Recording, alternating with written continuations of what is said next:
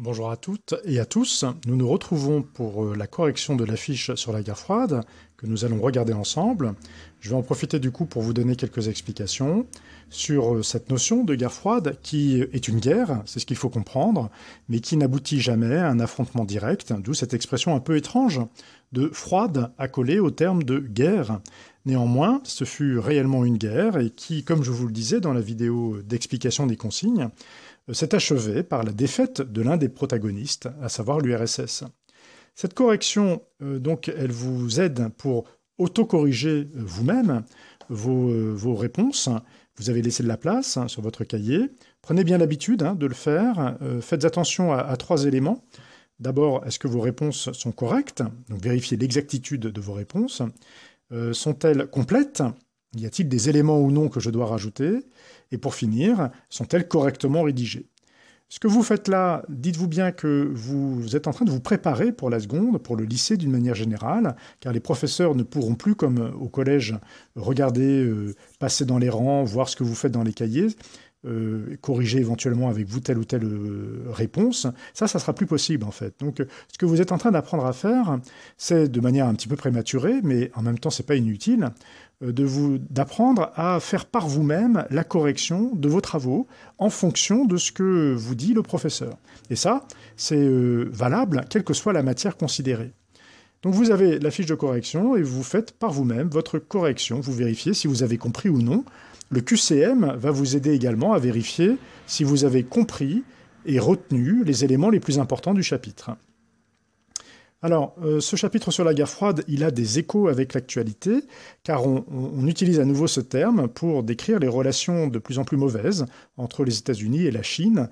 Il y a des parallèles que l'on peut faire, car la Chine est un régime dont l'idéologie est toujours communiste.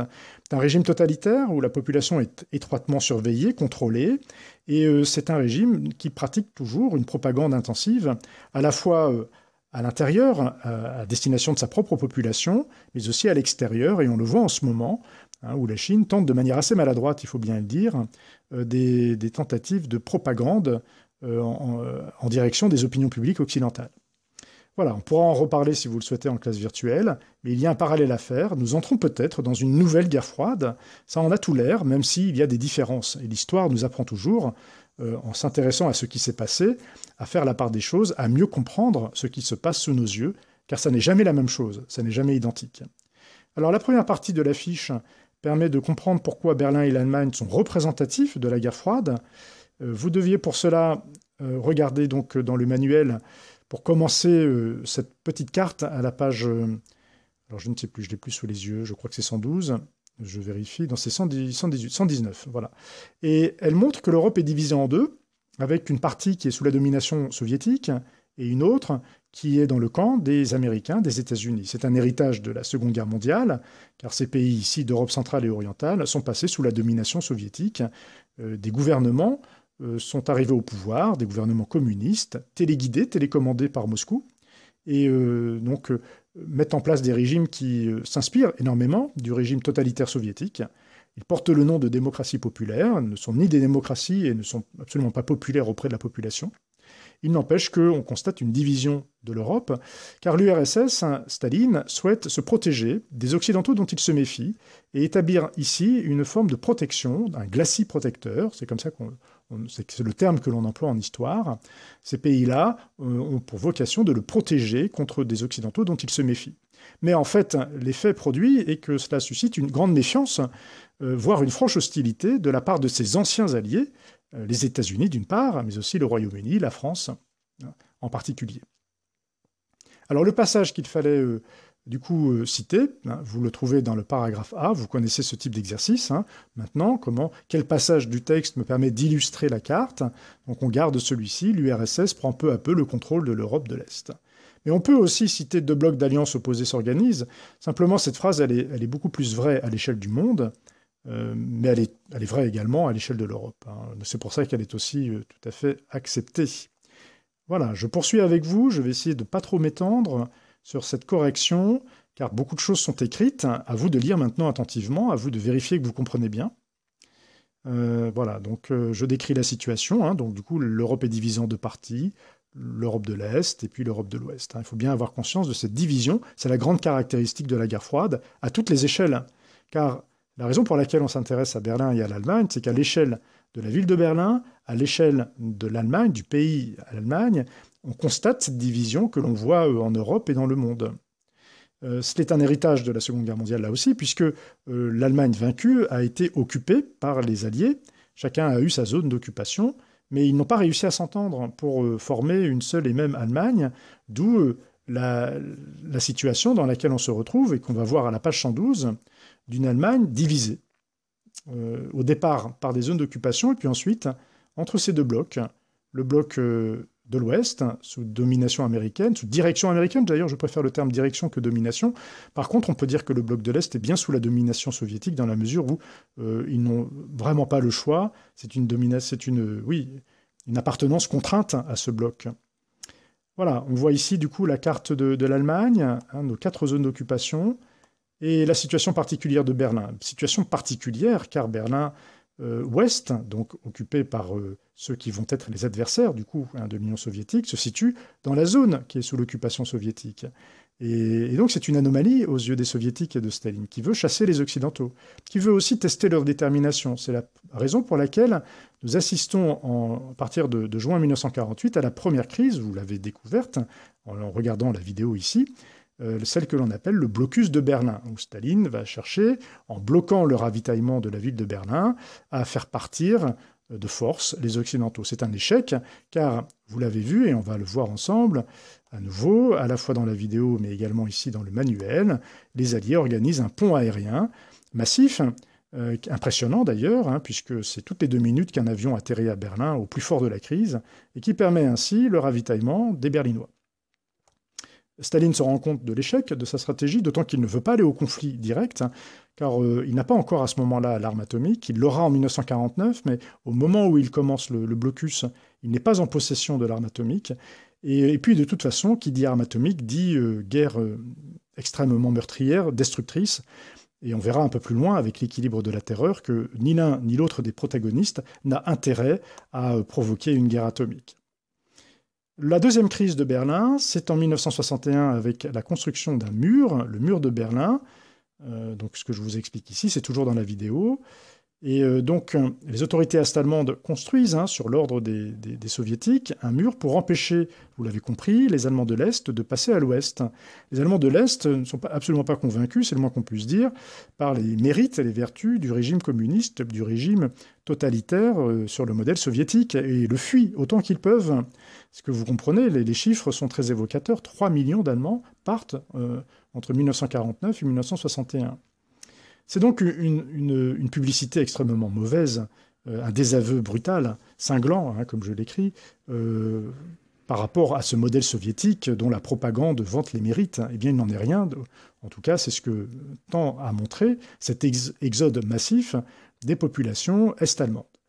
Le mur est construit pour les en empêcher. Et en même temps, le mur, du coup, est un symbole, à lui tout seul, de cette séparation, de cette division. Le mur de la honte, c'est ce que les Américains vont lui donner comme surnom. Et Kennedy, le président, au pouvoir à ce moment-là, en 1963, va prononcer un discours célèbre au pied de ce mur, et donc va illustrer ce conflit idéologique qui est au cœur de la guerre froide, en expliquant bien à quel point, à ses yeux, ce mur est le symbole d'un échec, de l'échec du système communiste, et il en profite par conséquent pour mettre en valeur, en évidence, tous les mérites qu'a à ses yeux le modèle américain, le modèle de l'Ouest. Et de fait, c'est quelque chose avec lequel nous ne sommes évidemment pas en désaccord. Nous ne pouvons pas mettre sur un pied d'égalité ces deux modèles. Clairement, le modèle de l'Ouest, le modèle des États-Unis, qui est le modèle occidental, est un modèle qui défend les libertés démocratiques réellement, beaucoup plus que le modèle communiste, qui, lui, n'est pas du tout un modèle démocratique. C'est un régime totalitaire, il ne faut pas l'oublier. Donc il ne faut pas, même si on étudie les deux et qu'on voit qu'il y a de la propagande dans les deux camps, bien entendu, néanmoins, ces deux camps ne sont pas à mettre sur un pied d'égalité. Ils ne sont pas identiques, ils ne sont pas semblables. Le bloc de l'Est, c'est un bloc de régime totalitaire, oppressif, privatif de liberté, et qu'on ne peut absolument pas défendre par conséquent. Vous comprenez bien cela. Voilà, donc en allant plus loin, vous voyez notamment cette phrase célèbre, Ich bin ein Berliner, il s'identifie à ces Berlinois de l'Ouest qui sont libres dans un pays qui ne l'est plus. La chute du mur de Berlin que vous voyez avec l'autre vidéo que je vous ai mise, une vidéo d'actualité de l'époque, vous permet de voir que cet événement est tout à fait imprévu, qu'il surprend beaucoup de monde, et en même temps, il se déroule dans une atmosphère festive, joyeuse. Il marque la fin de la guerre froide, car à partir de là, les soviétiques n'ont plus du tout le contrôle de ce qui se passe dans les démocraties populaires, non plus d'ailleurs les moyens de tenir ce conflit, de l'assumer, de le poursuivre avec les États-Unis. Non plus le budget non plus. Économiquement, c'est un échec qui ne leur a pas permis de se confronter aux États-Unis. Je poursuis. La vidéo que présente le journal Le Monde est très bien faite. Elle récapitule toutes les étapes. Donc je vous recommande vraiment de la regarder, même si elle est un petit peu plus longue. Vous l'avez déjà fait sans doute. Et vous avez pu du coup décrire ce qui se passe à Checkpoint Charlie en octobre 1961. Je vous laisse par conséquent reprendre ici la correction. La deuxième partie, en fait, a pour but de nous montrer les grandes caractéristiques de la guerre froide. Elle naît en Europe à la fin de la Seconde Guerre mondiale. Donc ça, c'est le contexte. Ici, j'ai détaillé volontairement pour vous permettre de bien comprendre ce qui se passe, à recopier donc, si nécessaire. Vous comprenez que c'est une division du monde, une opposition entre deux blocs, d'où l'expression de monde bipolaire, deux pôles, le bloc de l'Ouest, le bloc de l'Est. Le tableau ici récapitule les deux camps, leurs caractéristiques. Le plan Marshall, on en parle actuellement. Il y avait un article dans ce jour, aujourd'hui, mercredi 6 mai, dans le Télégramme. Je vous recommande sa lecture. Il récapitule ce plan d'aide qui avait pour but d'aider évidemment les pays d'Europe de l'Ouest à se redresser après la guerre, mais aussi les empêcher de sombrer dans la tentation de porter au pouvoir des partis communistes qui sont puissants en France et en Italie en particulier. Donc l'aide économique, elle a aussi pour but d'empêcher les pays européens de rejoindre le camp communiste. Néanmoins, le plan Marshall a beaucoup aidé les économies européennes à se redresser.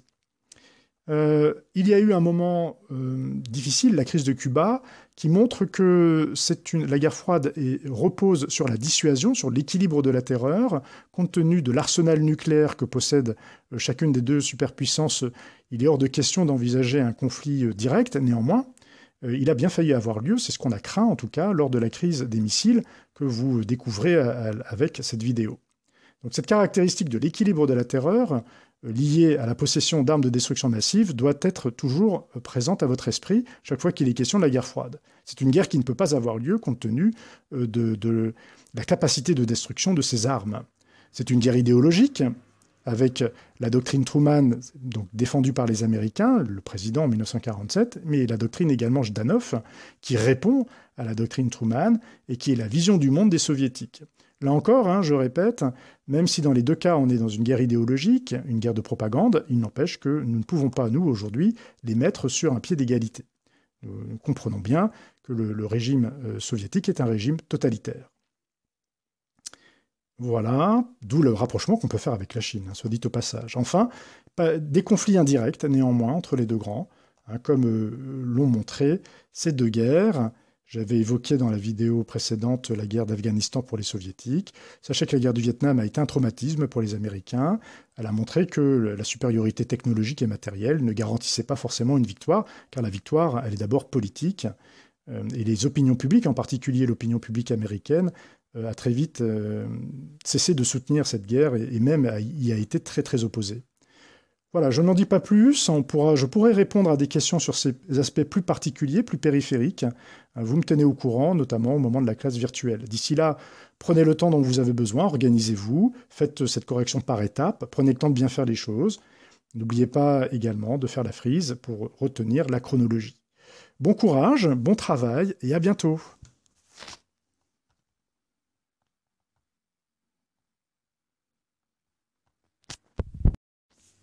Bonjour à toutes et à tous, nous nous retrouvons pour la correction de l'affiche sur la guerre froide que nous allons regarder ensemble. Je vais en profiter du coup pour vous donner quelques explications sur cette notion de guerre froide qui